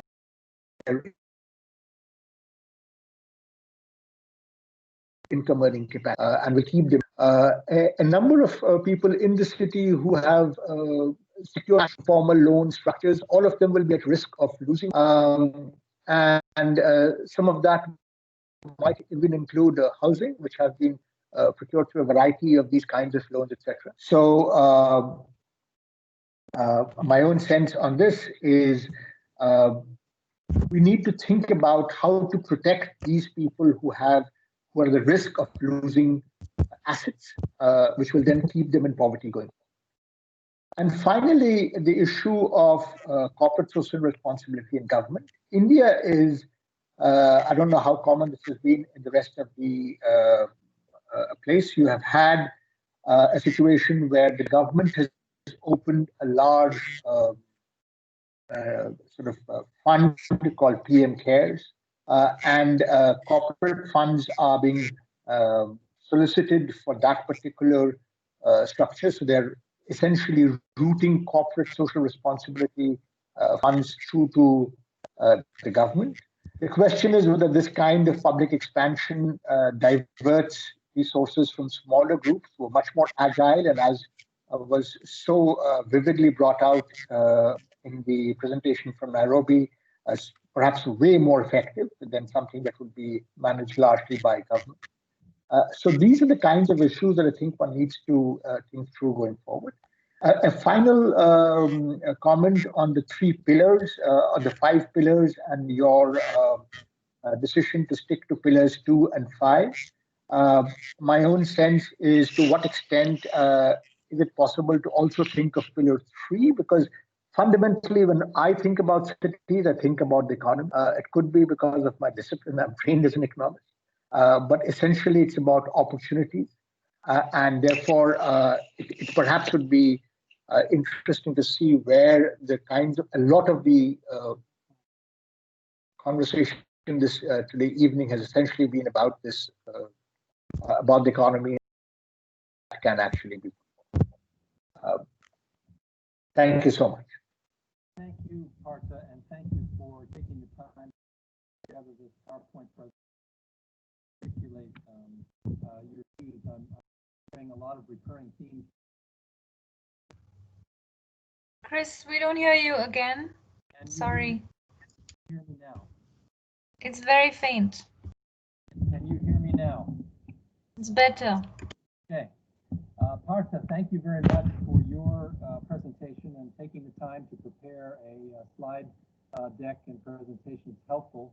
I think some recurring themes that are happening are the importance of grassroots initiatives, their adaptation, their ability, as we heard from several presentations. Your example in Calcutta, food distributors, is something that we're probably not recognizing fully. Noted your concern on disaggregated data, as was mentioned by Sri from the Huairou Commission. And I like the broad theme of seizing on success, like what's happening that's working, what are the elements, either decentralization, the state's intervention when it chooses to do so, social protection issues, transport, digital divide, digital education, and of course, the issue of where does corporate social responsibility best be deployed? Is it through the government, or should it best be deployed through grassroots organizations or some combination of both? As well, your concern on the rural migrants that left en masse. What is that future? And it's, I think, an important research question moving forward. I am conscious that one colleague from the panel that we were organizing on the UN has to leave. His name is Thomas George from UNICEF, so I'm going to ask people to be flexible and allow him to make a brief presentation and his comments. Thomas, if you can reflect not only on the chapter, but some of the recurring themes that you've heard, that would be helpful. Thank you. Thank you, Chris, and thank you, Paula, for inviting me. I'll be brief. I have put my comments into 3 slides. Can all of you hear me well? Yes, very well, thank you. Okay, thank you. I have to say that the analysis or the diagnosis is very comprehensive, but as UNICEF, we find that the issues of children could be addressed a little more. We know that children are not the face of this pandemic, but they risk being one of the biggest victims of this pandemic. And for many children, this impact could be lifelong. There are a few statistics there in the slide and the next slide. The key ones being that 150 million children have been added to the poverty basket, and children lacking access to basic services has risen by 9% from 47 to 56%. And about 80 million children under the age of 1 will miss out on life-saving vaccine. So you can imagine what is the impact in future for them. The previous speakers did talk about the digital connectivity and all. Our estimates about close to 500 million children, or 1/3 of school children, cannot be reached digitally or through broadcast for their learning program. So you can imagine what is the cumulative impact of that. In our estimates, due to several reasons, over 2 million additional children under 5 could die during the next 12 months due to the impact of COVID, and 132 million will go hungry in 2020, but 1/3 of that will be children. And children in many developing countries who relied a lot on the nutritious school meals, they'll have to go without it. Unfortunately, we are not able to estimate the exact burden of the urban areas, but these are damaging in most of the poor countries and poor neighborhoods, and that includes children in slums and informal settlements. And that brings me to the 3rd slide.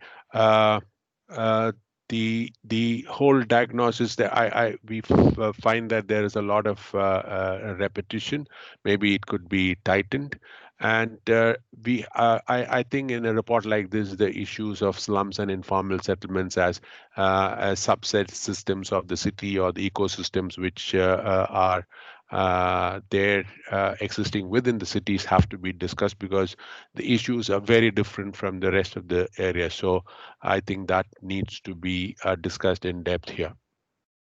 Access to right to housing and adequate living space, it comes up, but we find that that was the key determinant of the pandemic. So we need to emphasize more on this. I have to admit that I was from reading this document many times, I was not able to figure out what is the purpose of this document.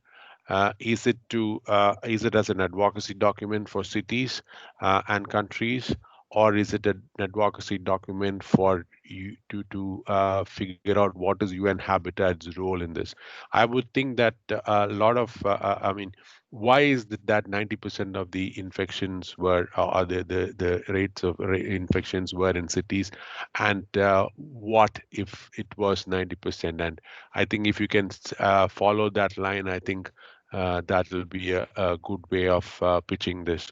And then bring what is the burden in urban. As I said before, there is a lot of lack of data and intra-urban data analysis, and that can be discussed there. And if it's not there, I think putting this as a problem up front is, I think, the best way to go about. Even now, when you look at a lot of data which is coming in, it's a comparison of urban versus rural, but within the urban, how the different quintiles, wealth quintiles have there's so much of disparity between the wealth quintiles, and how that can be brought out is something which has to be there. And UN Habitat's data unit is one of the best in this, and I think they should take a lead on this.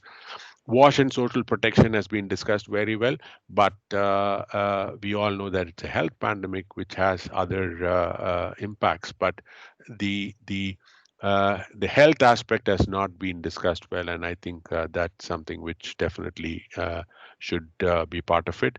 And a lot of the issues stem from the weakness of the urban service systems. It could be public health, it could be education, it could be nutrition, whatever. So, and the reason for that could be that in most cities, people rely on private sector for these services, and that is something which need to come up strongly in the report, that every country, whether it's high income or low income, should look at their urban systems and how that can contribute. The next point is on urban governance. It's a complicated and a very complex system. And with the pandemic, a lot of countries had evoked their emergency laws. I mean, I saw a lot of comments on India. So in India also, there's this 2015 Emergency Act which was invoked, which gives which centralizes power, and there is another act which is from 1895, the Pandemic Act, which gives a lot of powers to the districts or the local governments, and that did create a lot of confusion in many parts of the country. So that's there. From our evaluation, we also found that cities which had invested in preparedness were able to tackle this a lot more. So, sorry, the aspect of preparedness, if it can be discussed, it will be good. And the other thing which came to my mind was there is a lot of examples and analysis about high income countries, but middle income and low income countries, the analysis have not brought out many examples. So I think a little more case studies from the middle and lower income countries will be helpful. Recommendations, I think it's better if it can be specific and realistic, drawing on human rights treaties and all are fine, but I think we need to be very clear what has to do and what is to be done in the next couple of years. The last point for me is on partnerships. No agency can do this massive task alone. So how can we look at partnerships? How can different agencies come together, different sectors come together? And lastly, what will be the role of the UN country team in the countries, because it has to be the response has to start at the country level and be rolled out in the country. So I'm here if we need to work on this together. We'll be happy to do that. All the data on children is available in our website, and I'll stop here. Thank you. Thanks, Thomas. I really appreciate your intervention, and I'm pleased that you were able to join us just before leaving. I have noted most of your follow-up. I noted in particular that WASH aspect is not a substitute for the health systems and analysis of health systems that are as much a factor as water and sanitation access. Extremely helpful point, and really the need to get more data that is disaggregated within cities, intra-city data. We have the New York and Mumbai examples, but of course, and Singapore, but there's more need for that in developing country contexts. Just the purpose of this paper, as I mentioned, is Habitat is serving as a thought leader on this issue, trying to generate a discussion that we feel will be relevant to multiple institutions. Our interest is obviously to move in a positive direction with our own work. We hope to do this in a way that is beneficial to others, not just other parts of the UN system, but some of the institutions that are represented here on this call. So that's the intention of the document. The advocacy efforts will not be limited to UN Habitat, but will be useful to multiple agencies and institutions. We are unfortunately running out of time. I apologize for that, and I hope for a more robust discussion. There has been an excellent set of questions that have been generated in the chats, but we do have 2 more speakers in the limited 15 minutes available, and we did want to wrap up with some closing comments by UN Habitat. So I'd like to ask if we have colleagues from ILO. Are they present here today? Yes, hello, this is Mira Bierbaum from the ILO. I'm here. Welcome. Thanks for your patience through this series of speakers, and apologies for the delay. But please, we'd like to hear from ILO's, especially work on social protection, your reflections not only on the presentation on the chapter, but some of the comments you've heard and recurring themes. Over to you. Yes, thank you very much. And this is exactly what I plan to do. But first of all, thank you also for this important and timely report that you are working on, and for bringing together such a great group of panelists here. So I will indeed reiterate some of the points made by previous speakers, namely that the current crisis exposes inequalities and also protection gaps that existed prior to the crisis, and that the way we need to move forward now needs to be based on human rights. Specifically, I would like to make 3 points in this intervention related first to the role of social protection measures during the COVID-19 pandemic. Second, the inequalities, both regarding the effects of the pandemic and the responses. And finally, moving forward, how policy should respond to bring transformative change. And I will elaborate on some issues that you could possibly also further elaborate on in your report. So first, social protection systems have been the first line of defense against the negative impacts of the crisis on people's health, livelihoods, and incomes. Having a social protection system in place before a crisis hits makes a large difference to national preparedness. So countries that already had strong social protection systems were able to rapidly guarantee access to healthcare, ensure income security, and protect jobs. And additional support was provided by complementary policies such as mortgage or rent deferments or suspending forced evictions. In turn, countries without strong social protection systems in place have had to innovate, and sometimes with a fair degree of improvisation. We also observed that the design of social protection systems already in place makes a difference. They have been more effective if they provide universal or close to universal coverage and adequate benefits levels that prevent poverty and reduce inequality, and deliver comprehensive provision covering all life cycle risks. social protection systems that are fragmented or that exclude large groups of the population have been much less effective. The crisis has laid bare some of the major, and sorry, could you exactly, and some of the major gaps in terms of overall coverage, but also the comprehensiveness of protection. And this is also noted in your report, for example, regarding unemployment protection or sickness benefits. The second point is that effects of the pandemic have also been highly uneven within countries, reinforcing existing inequalities and social cleavages. Those who are better off are more likely to have secure employment and savings to draw on, access to social and health coverage. They are also better able to quarantine or physically distance themselves while continuing to work remotely.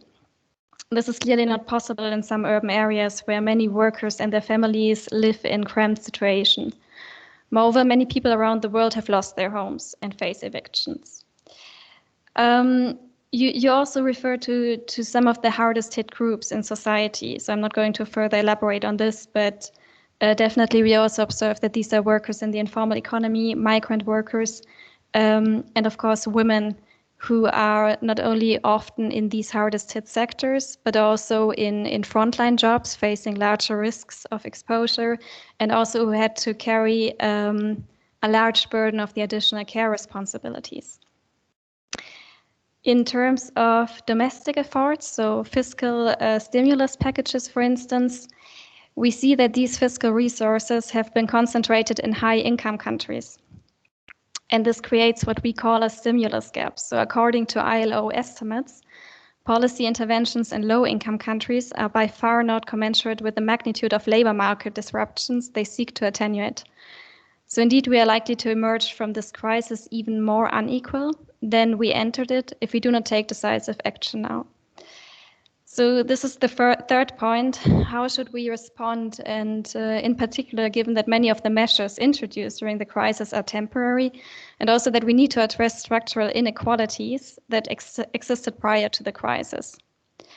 So to move forward, not only do countries have to invest more in social protection, but they also have to invest better. Countries should now carefully consider the extent to which temporary measures could be utilized as building blocks for establishing rights-based national social protection systems, including floors. So let me summarize some of the key points that countries need to keep in mind in order to achieve universal social protection. So what it would mean to invest better in social protection systems. They need to provide comprehensive and adequate protection for all, while also avoiding exclusionary design features.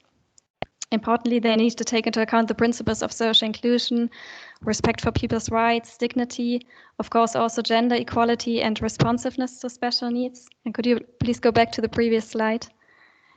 Thanks. Then as mentioned, also with regard to the right to adequate housing, here also we strongly need a rights-based approach. So this means that systems provide clear and predictable entitlements. They need to be anchored in national law and also redress and accountability mechanisms.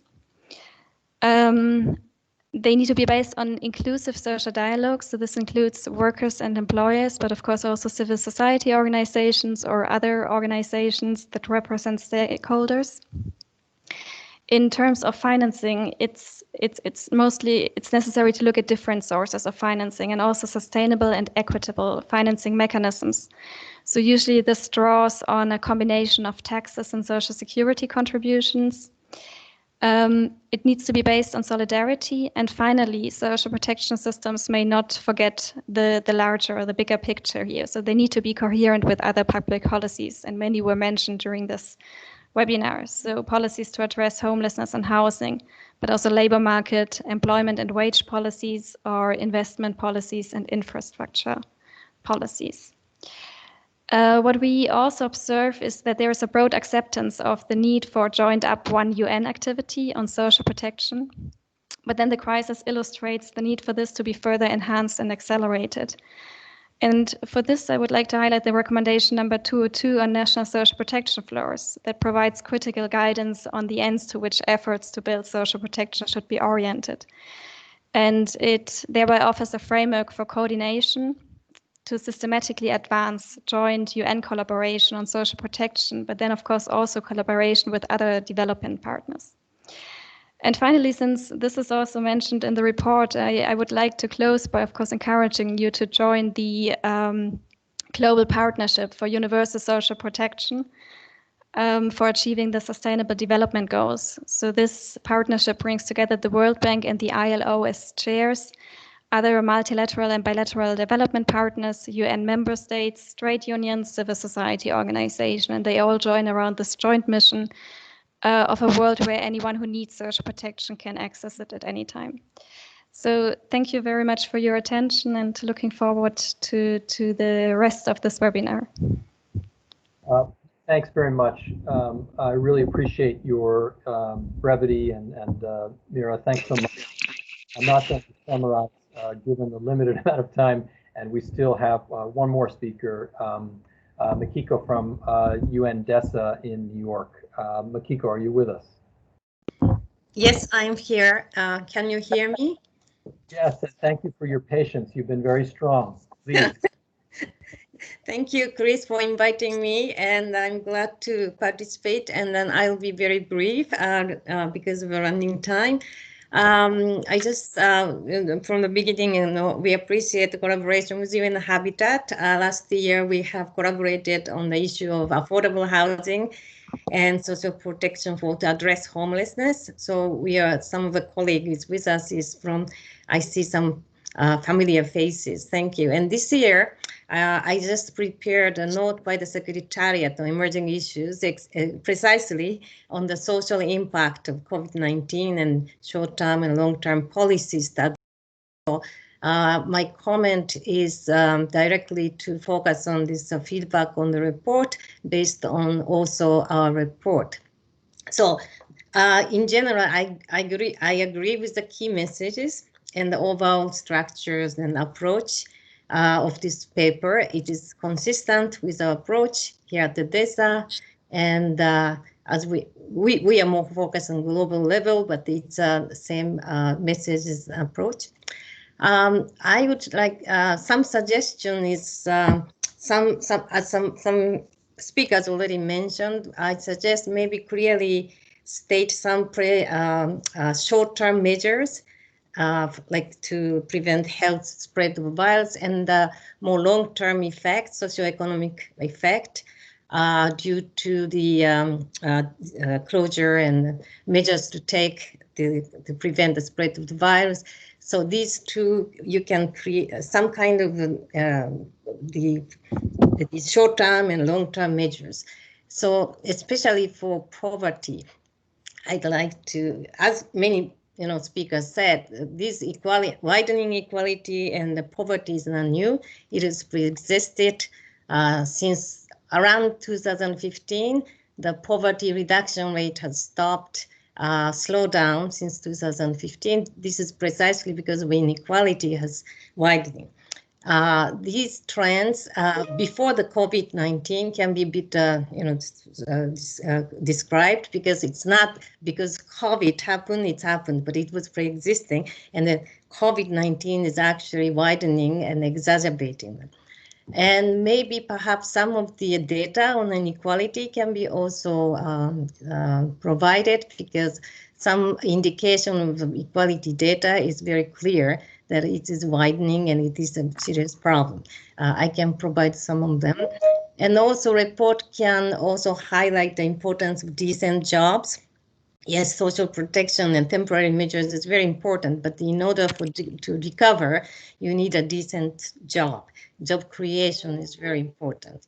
I mean, social protection, Christina, ILO has already provided, so I don't getting into the details. However, I would like to point out that this time the additional, actually World Bank has updated the figures, 115 million additional people falling into extreme poverty, but those are new type of people. It's not compared to traditional poor, which is much more like a rural and engaged in agriculture. The new category of poor people are more urban, young, and more likely not engaged in agriculture sector.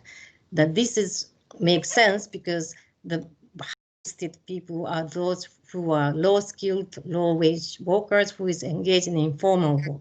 So those informal work, especially in four sectors.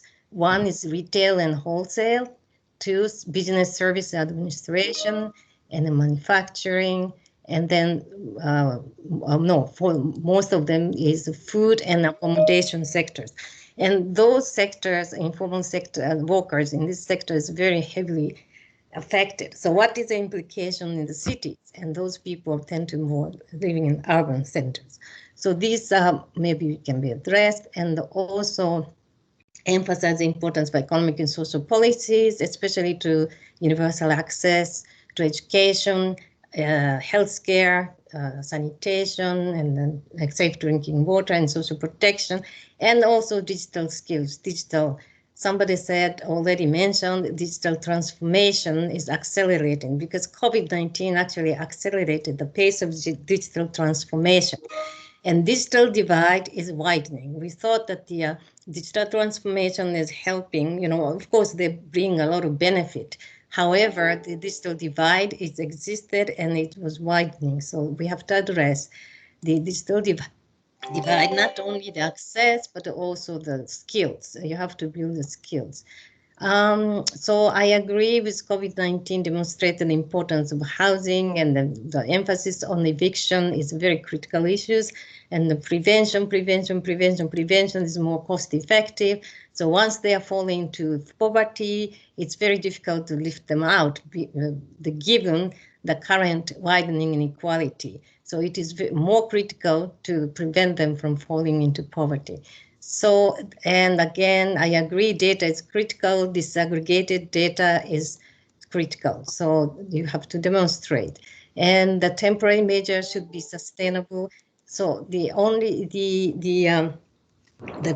another important message is that these temporary measures is successful so far to prevent people falling into poverty and the job loss, income loss, but these should be continued, not, to only suspension of these temporary measures is more devastating effect. So first we have to somehow extend, not to only termination, and phase out gradually and wisely.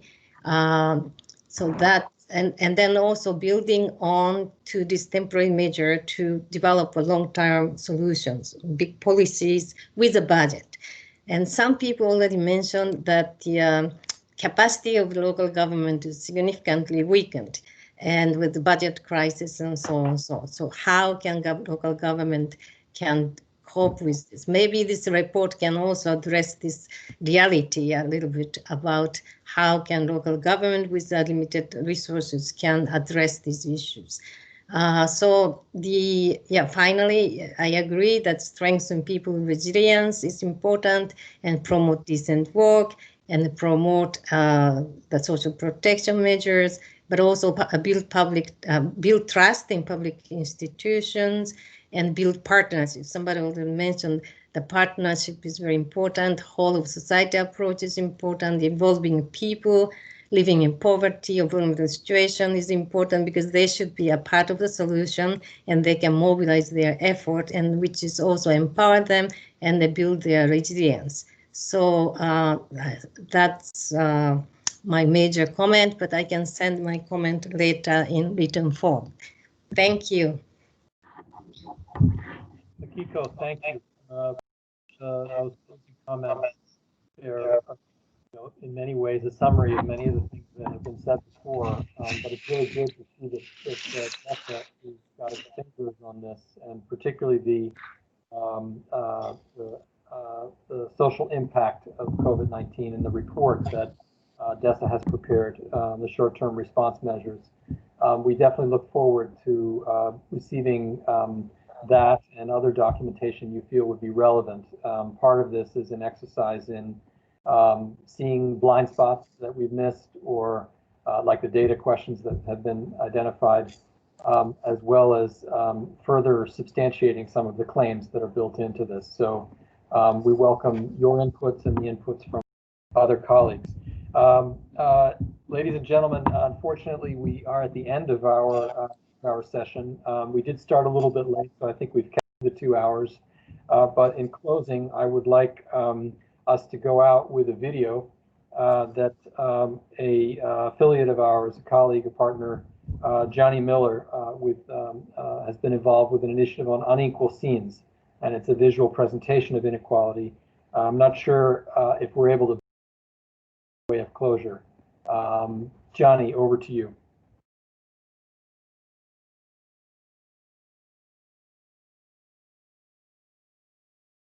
Can everyone hear me? Yeah, very well. Great. Thank you for inviting me. I really enjoyed listening to everyone today. It was really heartening to hear people speak about solving challenges of inequality in urban areas, because that's kind of my focus in terms of the work I've been doing the last 4 years with this project, Unequal Scenes. And I'm actually here in Brazil. I'm in Rio de Janeiro doing more unequal scenes.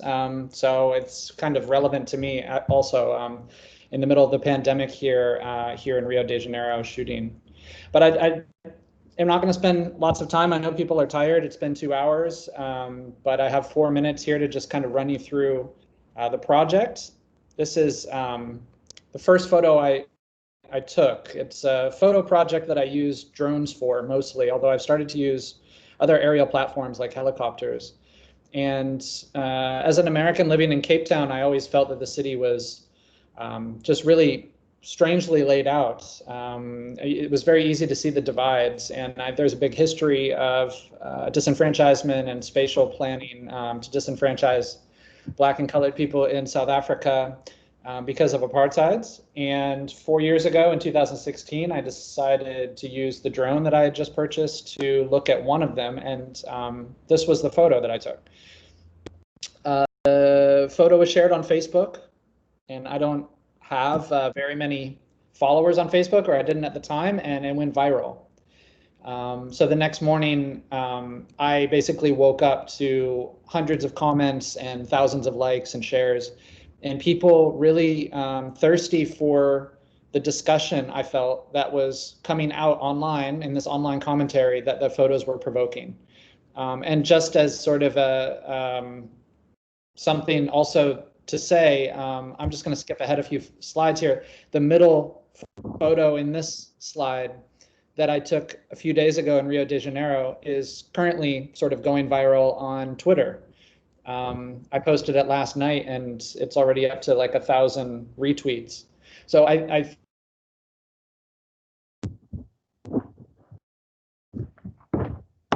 thirst and a real need, what we all want to see, I suppose, as people who are committed to an equitable future, to the general public, right? But I've found as a communicator, sometimes there's a disconnect between the theory and the data, and then the common understanding of what you mean when you say the word inequality, or what you mean when you say we want to see a more equitable, healthy, sustainable, resilient society and future. And so the photos help bridge that gap, I think. I've been working on it for 4 years. Like I said, I've been to 8 countries.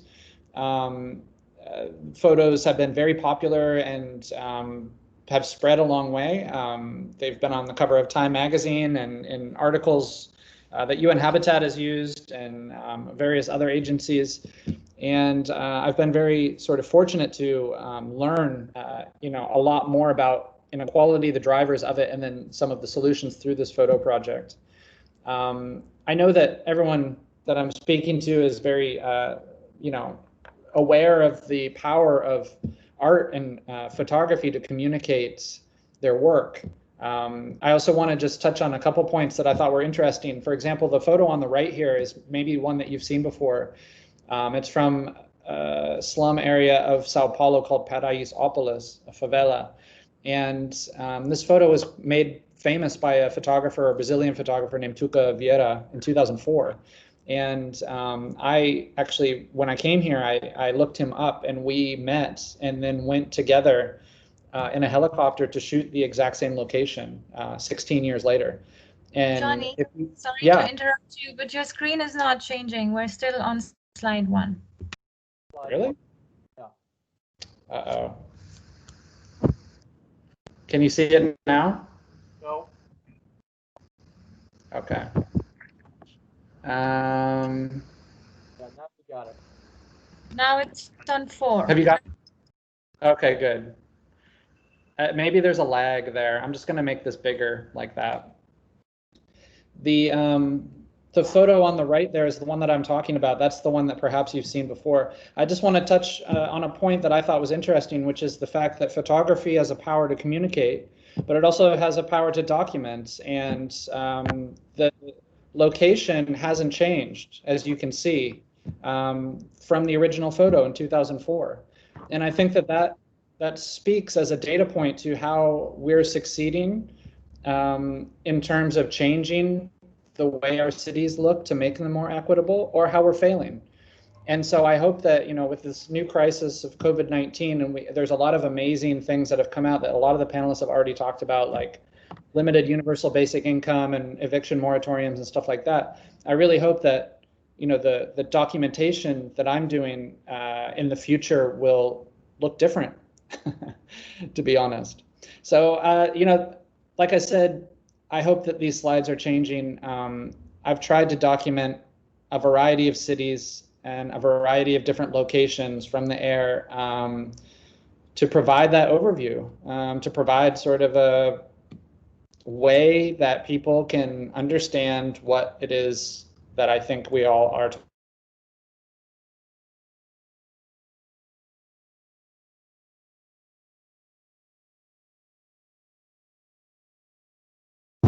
Sorry, Johnny, we've lost you on, might have hit mute by accident. Okay. Now we hear you. I don't know if I'm back. Now you're back. Sorry about that. I think I'm going to leave it there. You know, you can visit my website at unequalscenes.com or on Twitter or Instagram if you'd like to know more about the project. And I really just am very grateful that I got the chance to share my work with you all. Thank you. Thank you very much, Johnny. I appreciate your winding us up on these visuals, and I take note of your point that not just communicating these issues, but it's also documenting them. And time series data is very powerful. As you say, if we're not seeing changes, then that indicates the longevity and power type of inequality that needs to be addressed. So thank you very much for that. Let me just thank all panelists for their participation and presentations and preparing for this, including colleagues from UN Habitat, as well as those from other UN institutions, and colleagues from India and Kenya and North America. Thank you so much for this opportunity to discuss our initial chapter. We will be in touch with you as we move forward with this process. And I thank all colleagues for their continued interest in this issue. It's certainly helpful to UN Habitat, but as was mentioned earlier, our objective is not only to strengthen our approaches internally, but to try to inspire those that are seized with the issue, not only of inequality, but other aspects that COVID has shed light on within cities and urban areas. We hope that this exercise will inspire, encourage you to move forward. Let me conclude also with the comment I had made earlier that many of the institutions that were on this call were learning about each other for the first time, or had heard about one another but had not yet really engaged. And it's clear to me, particularly on housing and homelessness and evictions, there are a number of things that can be done together, but so too on aspects of social protection and economic development, particularly in the informal sector. These are key areas for moving forward, and we really look forward to collaborating with you beyond the scope of this publication. So with those closing comments, I'd like to thank everybody, and we will be in touch. Over.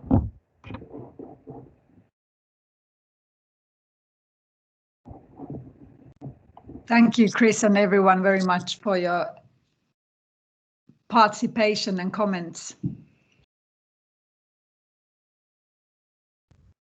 Thank you, everyone. Thank you, Parto. Thank you to the other speakers who are still here and everyone for listening.